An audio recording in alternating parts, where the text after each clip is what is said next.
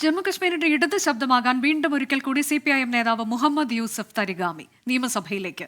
കുൽഗാമിൽ നിന്ന് വിജയിച്ച മുഹമ്മദ് യൂസഫ് തരിഗാമിയുടെ 5ാം ജയമാണ് ഇത്. എന്നാൽ ഹരിയാനയിലെ ഭിവാനിയിൽ CPIMന്റെ ഓം പ്രകാശ് പരാജയപ്പെട്ടു.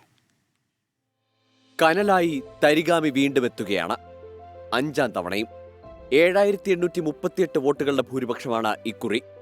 സ്വതന്ത്ര സ്ഥാനാർത്ഥിയായ സയർ അഹമ്മദ് റഷ്യയെയാണ് പരാജയപ്പെടുത്തിയത്. കുൽഗാമിലെ തരിഗാം ഗ്രാമത്തിലെ കർഷക കുടുംബത്തിൽ ജനിച്ച തരിഗാമി ഒരു കാലഘട്ടത്തിന്റെ നേതാവായതിന് പിന്നിൽ വർഷങ്ങളുടെ പോരാട്ട ചരിത്രമുണ്ട്.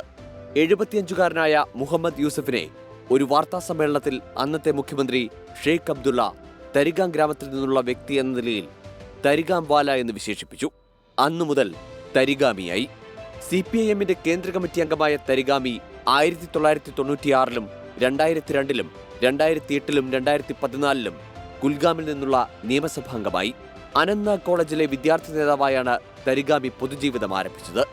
കമ്മ്യൂണിസ്റ്റ് സംഘടനയായ റവല്യൂഷണറി സ്റ്റുഡൻസ് ആൻഡ് യൂത്ത് ഫെഡറേഷന്റെ ഭാഗമായി 1967-ൽ CPIMന്റെ ഭാഗമായി ഡെമോക്രാറ്റിക് കോൺഫറൻസിൽ ചേർന്നതോടെയാണ് തരിഗാമി ശക്തനായ ഒരു കമ്മ്യൂണിസ്റ്റ് നേതാവായി വളർന്നത്. CPIMൽ നിന്ന് വേർപിരിഞ്ഞ് കുറച്ചുകാലം CPIMലും തരിഗാമി പ്രവർത്തിച്ചു. കശ്മീരിൽ 370-ാം വകുപ്പ് പുനഃസ്ഥാപിക്കണമെന്നാവശ്യപ്പെടുന്ന പീപ്പിൾസ് അലയൻസ് ഫോർ ഗുപ്കാർ ഡിക്ലറേഷന്റെ കൺവീനറായി 2020-ൽ തരിഗാമി നിയമിക്കപ്പെട്ടു. കുൽഗാമിൽ നിന്ന് 5ാം തവണയും വിജയിച്ചതോടെ ജമ്മു കശ്മീരിൽ നിയമസഭാംഗമായി വിജയിക്കുന്ന ഏക കമ്മ്യൂണിസ്റ്റ് നേതാവ് കൂടിയായി മാറി തരിഗാമി. ഹരിയാനയിലെ ഭവാനിയിൽ കനത്ത പരാജയമാണ് CPIM സ്ഥാനാർത്ഥി ഓം പ്രകാശിനുണ്ടായത്.